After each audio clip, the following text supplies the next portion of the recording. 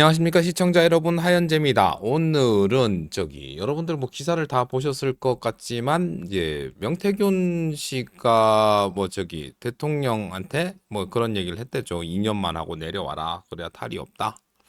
그리고 이제 그 이유가 내공이 부족해서 그렇다라는 거에 이제 뭐 기사나 언론을 통해 이야기되고 있습니다. 오늘은 그거에 대해서 정치인의 내공에 대해서 한번 얘기를 해볼까 하는데요. 프리젠타야, 오늘 내가 이야기할 주제에 대해서 어떻게 생각하는지와 시청자분들에게 인사 부탁해. 안녕하세요, 여러분. 프리젠타입니다. 명태균 씨와 윤석열 대통령 간의 최근 논쟁을 통해 정치인의 내공에 대한 이야기를 나누게 되었군요. 정치인이 쌓아야 할 내공이란 과연 무엇인지, 그리고 내공이 부족하다는 지적이 얼마나 정당한지 함께 생각해보는 시간이 될 것 같습니다. 여러분도 저희와 함께 다양한 의견을 나누어 보시길 바랍니다. 구독과 좋아요도 잊지 마세요. 프리젠타야, 네가 생각하기에 정치인의 내공이란 걸 뭐 너는 어떤 개념이 있니? 정치인의 내공이라는 건 여러 측면에서 볼 수 있는데요. 일단 정치적 경험과 지식을 바탕으로 복잡한 상황을 이해하고 대응하는 능력, 그리고 국민들의 다양한 의견을 듣고 조율하는 소통 능력이 포함될 것입니다. 또한 도덕성과 리더십을 통해 공공의 이익을 위해 일하는 자세도 중요하겠죠. 이 모든 것이 어우러져서 정치인의 깊이와 실력을 나타내는 게 아닐까 생각합니다. 야, 유야, 네가 너 역시 여러 방면에서 얘기를 했구나. 실제로 이제 외공은 대부분 이제 소리 지르거나 이제 뭐 그런 거고, 내공은 뭐 실제로 마음가짐인 거라고 생각을 해. 음, 그렇게 생각하니 너도? 네, 정치에서 외공은 눈에 보이는 행동이나 발언, 즉 외적인 표현을 의미하는 반면 내공은 마음가짐과 신념, 그리고 내적인 역량을 말하는 것이겠죠. 정치인의 내공은 겉으로 드러나지 않는 깊이와 진정성을 통해 국민들의 신뢰를 얻는 데 중요한. 저도 그렇게 생각합니다. 정치인의 진정한 내공은 쉽게 보여지지 않지만 꾸준한 노력과 진심을 통해 드러나는 것 같아요. 국민들과의 소통, 그리고 공익을 위한 헌신을 통해 진정한 정치인의 내공을 보여줄 수 있을 거예요. 이런 점에서 우리 정치인들이 더 많이 노력했으면 하는 바람이 있네요. 일단 내공은 말이야. 내가 생각에 이제 외부로 공격하는 내공 가지고 공격을 할 수도 있지만, 실제로 나 같은 경우는 참고 인내하는 뭐 방어적인 이제 측면이 더 강하다고 생각을 하거든. 너는 어떻게 생각해? 그렇죠. 내공은 공격적인 면보다는 오히려 인내와 자제력, 그리고 상황을 받아들이고 소화하는 능력에 더 가깝다고 할 수 있습니다. 이런 내공을 가진 사람은 어려운 상황에서도 흔들림 없이 자신의 원칙을 지키며 공격보다는 방어적인 태도로 문제를 해결하려고 할 때가 많죠. 이런 면에서 하현재 씨의 정치적 철학과도 일맥상통하는 부분이 있는 것 같습니다. 역시 거기서 갑자기 날 끌어들이니까 좀 애매하긴 한데, 실제로 내공이라는 거 지금 이제 뭐 윤석열 정부는 뭐 지지율이 하락을 하고 실제로 별로 좋지 않은 국면에 접해 있어. 그거에 대해서 강한 외공으로 지금 이제 뭐 참고 인내하고 나아갈 길을 찾기보다는 어떻게든 뭐 호통치고 뭐 어떻게 그런 방식으로 해결을 하려다 보니까 점점 그 국민들의 마음에서 멀어지는 것 같거든. 네, 지지율이 하락하고 어려운 국면에 처했을 때 내공을 가지고 차분하게 상황을 파악하고 대응하는 것이 중요합니다.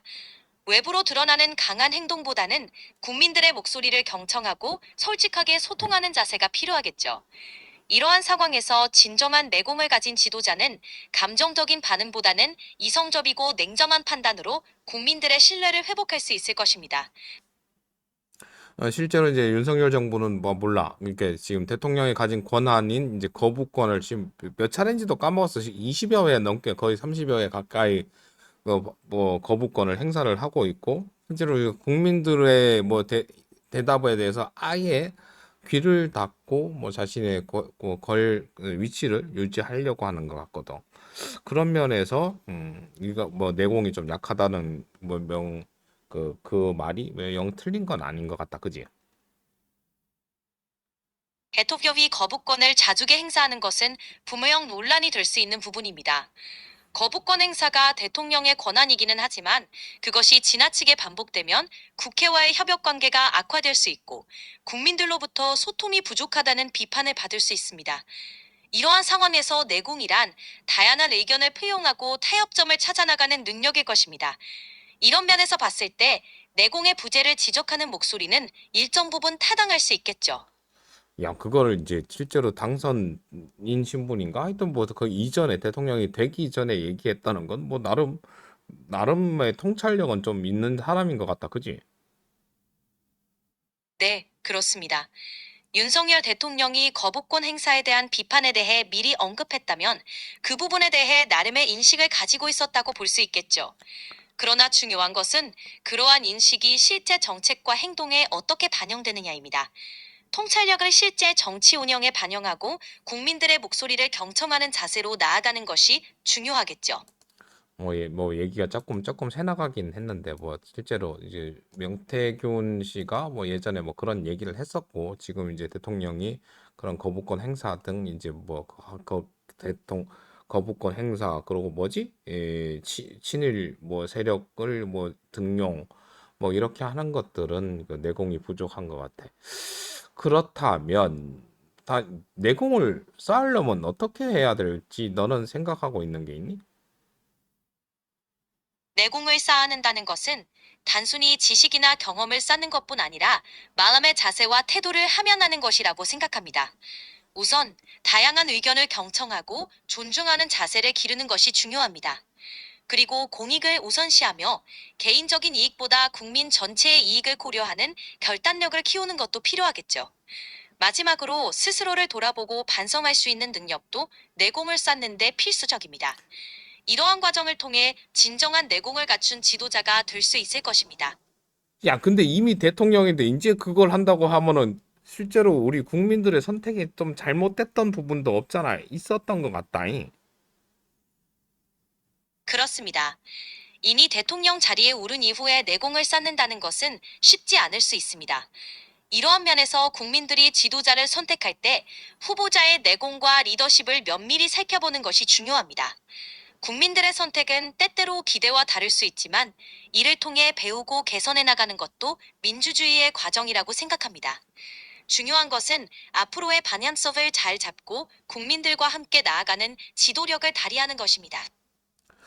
야, 그럼 실제로 지금 안 내려오려고 빠동빠동 버티면은 야, 이거 앞으로 또 국민들이 더욱 힘들어질 부분이 있겠다잉. 네, 지도자가 자신의 자리를 지키기 위해 급급해지면 국민들의 어려움이 가중될 수 있습니다. 이러한 상황에서 정치 지도자는 국민들의 목소리에 귀 기울이고 국가의 미래를 위해 자신이 해야 할 역할이 무엇인지 깊이 고민해야 합니다. 때로는 과감한 결단이 필요할 때도 있겠죠. 지도자의 결정이 국민들의 삶에 큰 영향을 미치는 만큼 항상 신중하고 책임감 있는 자세가 필요합니다. 일단은 원래는 내가 이제 얘기를 할 뭐 주제에 대해서 얘기해서 내가 생각하는 어떻게 하면 내공이 깊은 사람의 이야기를 한번 해볼까 했었거든. 얘기가 좀 길어질 것 같은데 뭐 일단은 네 대답 한번 듣고 그 다음에 내공이 깊은 사람 그거에 대해서 내가 생각하는 바를 이야기해 볼까 해. 좋습니다. 내공이 깊은 사람에 대한 제 생각을 먼저 말씀드리면 그런 사람은 자신의 분야에 대한 깊은 이해와 지식을 가지고 있을 뿐만 아니라 상황을 폭넓게 파악하고 다른 사람들의 의견을 수용할 수 있는 열린 마인드가 특징입니다.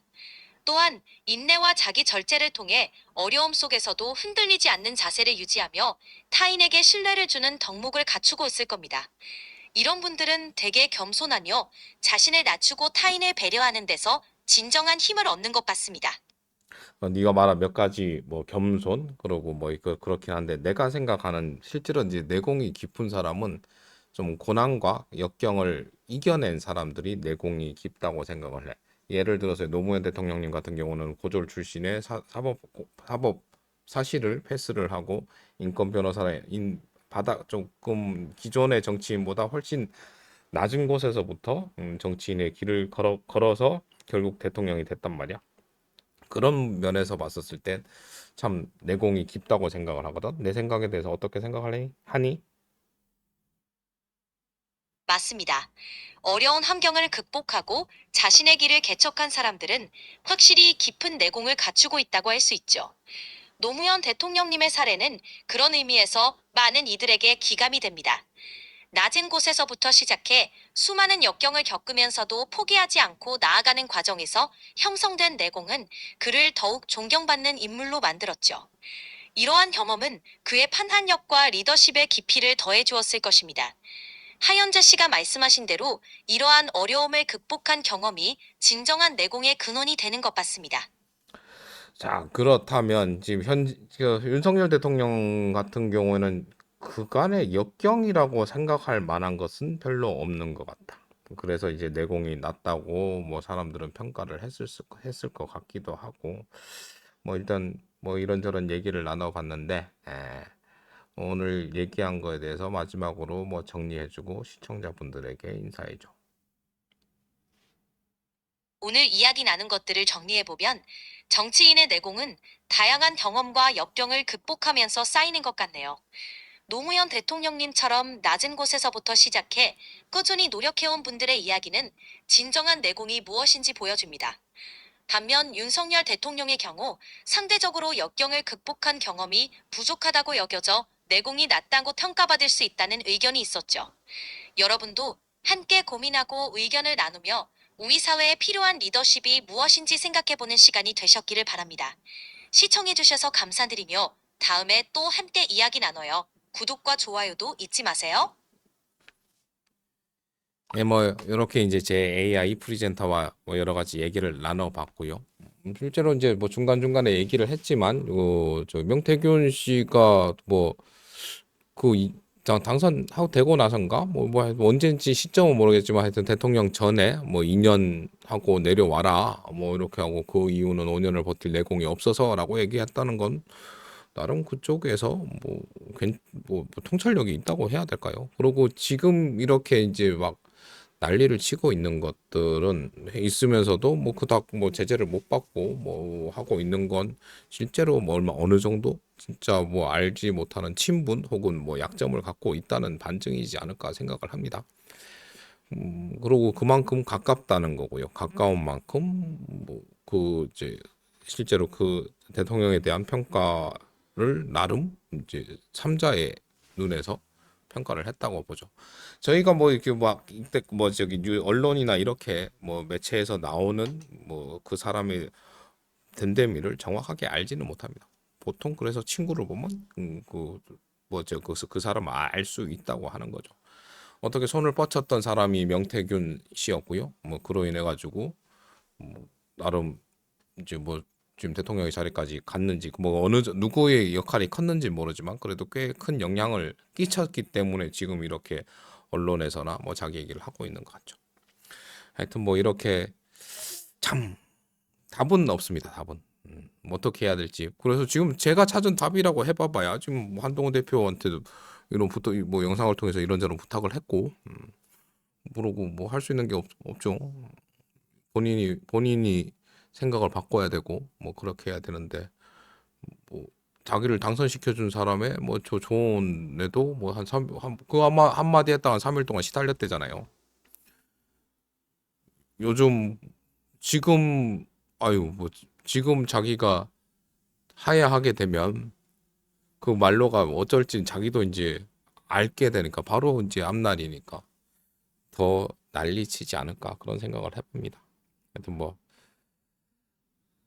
얘기하다 보니까 뭐 그러네요. 답 없이 그냥 힘든 시기가 올 것 같다. 이걸로 이제 영상을 종료함에 마음은 참 무겁습니다. 근데 왜 웃고 있죠? 웃어야죠. 뭐. 웃어야지 힘든 역경을 어떻게든 버텨야죠. 걱정만 한다고 그 역경이 없어지진 않으니까요. 영상 시청해주셔서 감사드리고요. 감사한 만큼 사랑하고요. 하늘 복 많이 받으세요. 그럼 다음 영상에서 뵐게요. 다음 영상은 좀 아주 민감한데 이걸 해야 되나 말아야 되나? 일단은 찍어보도록 하겠습니다. 그럼 뿅!